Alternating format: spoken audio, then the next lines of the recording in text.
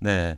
이 생활하다 보면 응급의료센터를 이용해야 할 때가 있는데요. 이 교통사고와 산업재해뿐만 아니라 또 집안에서 혈압 등으로 쓰러졌을 때도 이런 의료 체계가 필요한데 이게 바로 응급 환자 이송 체계라고 합니다.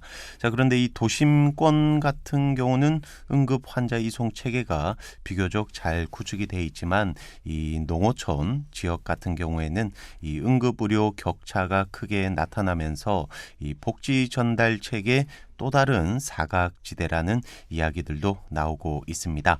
자, 이를 감안해서 정부가 2025년까지 이 70곳 진료권에 이 1개 이상의 중증 응급 의료 센터를 지정하는 응급 의료 체계 개선 실행 계획을 확정했다고 하는데요. 오늘 이 소식에 대해서 자세히 알아보도록 하겠습니다. 나은내일 연구원 이승진 이사 자리하고 있습니다. 안녕하세요. 네, 안녕하세요. 네, 방금 저도 원고를 읽으면서 말이 굉장히 어렵다는 네. 생각을 했는데요. 자, 이 정부가 그러면 이번에 결정을 했다는 것이 그동안 조금 미비했던 그런 환자 중심의 응급 의료 체계를 좀 새롭게 바꾸겠다 이런 얘기잖아요. 어떻게 되나요? 네, 그렇습니다. 이게 복지 용어, 특히 이게 의료와 관련된 정책 용어들이 되게 어렵기도 하죠. 네. 그래서 이 응급 의료 체계의 핵심은 환자의 생명을 살리는 게 우선이지만 실상은 이제 그렇지 못할 때가 많다라는 네. 거고, 특히 이제 응급 환자는 도시나 농어촌 어디에서나 생길 수 있잖아요. 네. 근데 119 센터는 이 관할 구역이 또 따로 있거든요. 그렇죠. 그러니까 증세가 가벼운 환자는 가까운 병원에 이송해도 되지만 심혈관 질환을 가진 분들처럼 이 바로 수술을 해야 할지도 모르는 중증 응급 환자인데 이럴 때는 그 가까이 있는 병원을 찾아서 또는 이제 멀리 있는 가까이 있는 병원이 없으면 또 네. 멀리 있는 병원을 찾아서 또 권역을 벗어나서 이송하는 것이 이제 필요합니다. 네. 그래서 이번 실행 계획은 중앙응급의료위원회에서 심의했던 이 환자 중심의 응급의료 서비스 제공을 위한 응급의료 체계 개선 방향에 대한 어떤 구체적인 이 방법론을 제시를 한 건데요. 네. 이 보건복지부는 응급의학회와 전문가들 그리고 응급의료 센터 등과 실무협체를 구성하고 지역 완결형 응급의료를 만들고 또 환자들의 중증도에 따라서 합리적인 이용이 가능하도록 만들겠다라는 것이 취지입니다. 네. 그러니까 보통 이런 119 센터 등에 이제 신고를 해서 이 응급 구조대가 오면 일반적으로는 좀 가까운 병원을 향하게 되는 거잖아요. 대개는 다 그렇죠. 네. 자, 그럼 이번에 환자 중증도에 따라서 판단을 하겠다라는 건 이렇게 그 증세에 따라서 조금 거리는 멀지만 또 거기에 맞는 그런 병원으로 옮긴다. 이런 얘기인가요? 네, 이게 이제 환자의 생명을 살리기 위해서 이 이제 환자 본인뿐만 아니라 또 네. 가족들 그리고 이제 구급대원들이 사실 이 골든 타임이라는 게 있잖아요. 네. 이걸 이제 잘 판단을 해야 되는데 대체로 이 환자나 가족들은 큰 병원으로 이송하길 이제 희망하는 경우가 많고 네. 구급대원들은 이제 관내 그 가까운 곳에 있는 병원으로 이송하려고 하는 경우들이 많아요. 네. 환자는 당연히 이제 자신이 이제 제일 중요하지만 이 구급대원 같은 경우에는 또 한정된 인력과 장비로 다른 환자들도 챙겨야 하기 때문인데요. 그래서 이번에 정부가 이 구급대원과 의료진이 표준화된 기준으로 이제 환자 중증도를 판단할 수 있도록 하겠다 이 뜻입니다. 네. 그러니까 서로 입장이 조금씩 다르기 때문에 이런 문제도 발생하는 것 같은데, 네네. 자, 구급대원과 의료진의 표준화된 기준, 이거는 그럼 어떻게 된다는 건가요? 근데 이게 현장 이송 단계에서 이제 병원 전 단계 환자 중증도 분류 체계라는 게 있는데 네. 이걸 이제 시범 적용하고 이제 제도화하겠다는 것이에요. 그 동안에는 이제 말들은 많은데 이제 대안이 없이 오다가 이제 정책을 이제 준비를 해왔던 거고. 그걸 이제 제도화하겠다라는 건데 이 119 구급대가 이송 과정에서 응급의료기관과 이제 표준화된 기준으로 응급 환자의 중증도를 판단할 수 있도록 개발된 이제 분류 체계라고 합니다. 네.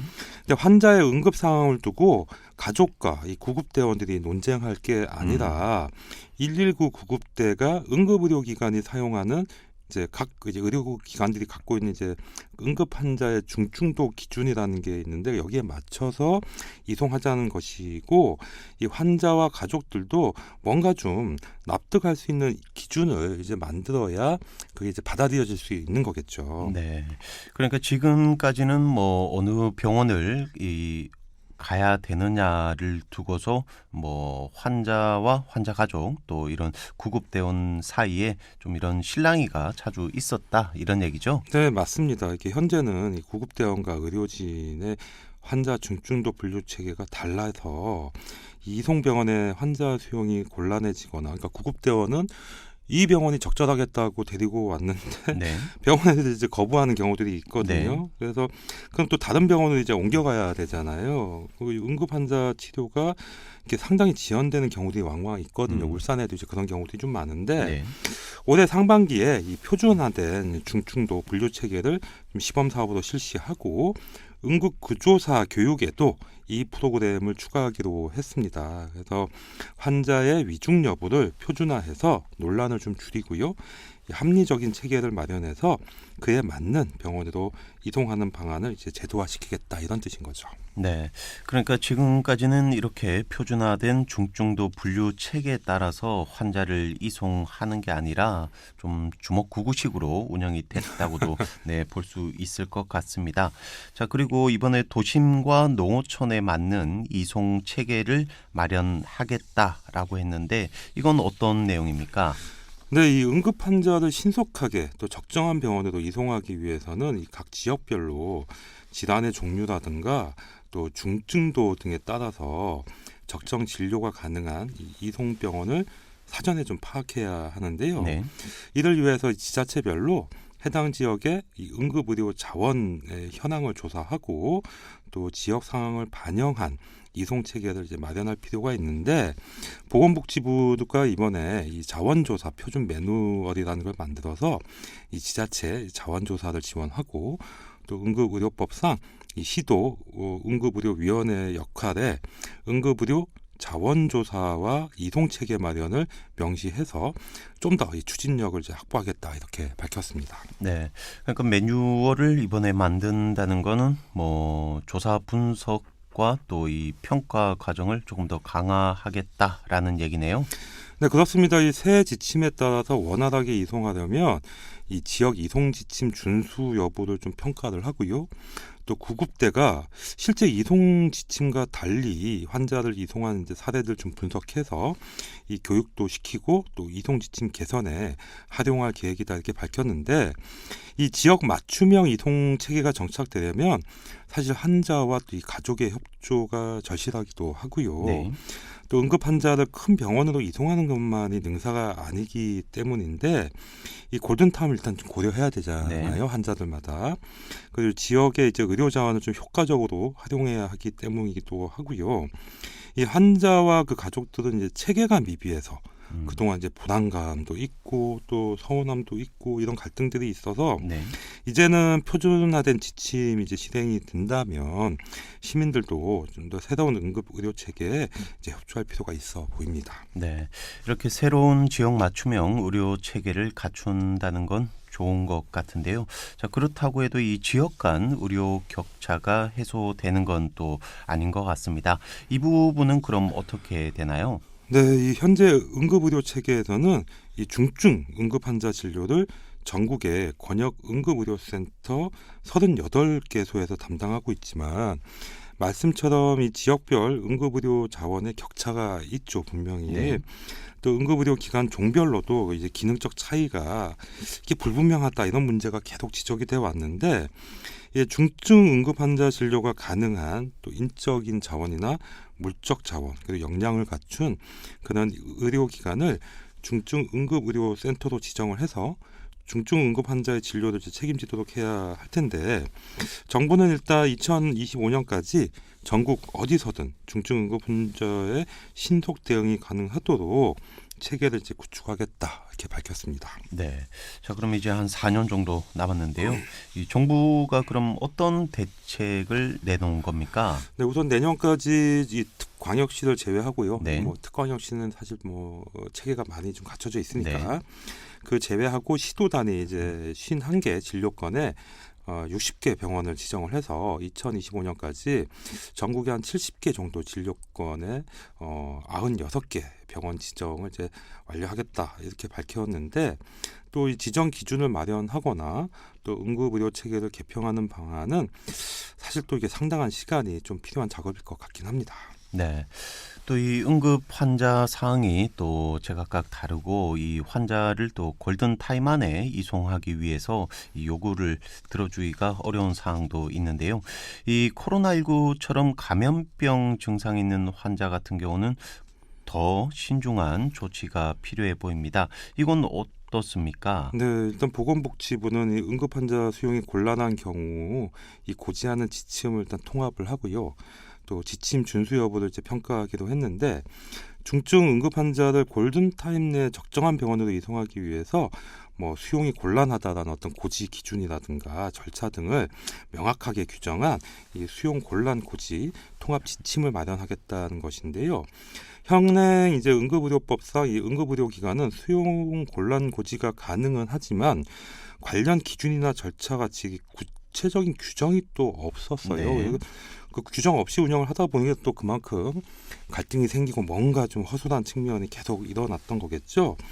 올해 상반기에 이 지침을 개발하고 또 수용 곤란 사례에 대한 어떤 모니터나 기관별 평가를 통해서 이제 관리할 계획이라 밝혔는데 응급의료기관에서 수용 곤란 상황이 발생할 경우에 대표적으로 뭐 코로나19 증상을 보일 때가 이제 그런 네. 경우겠죠.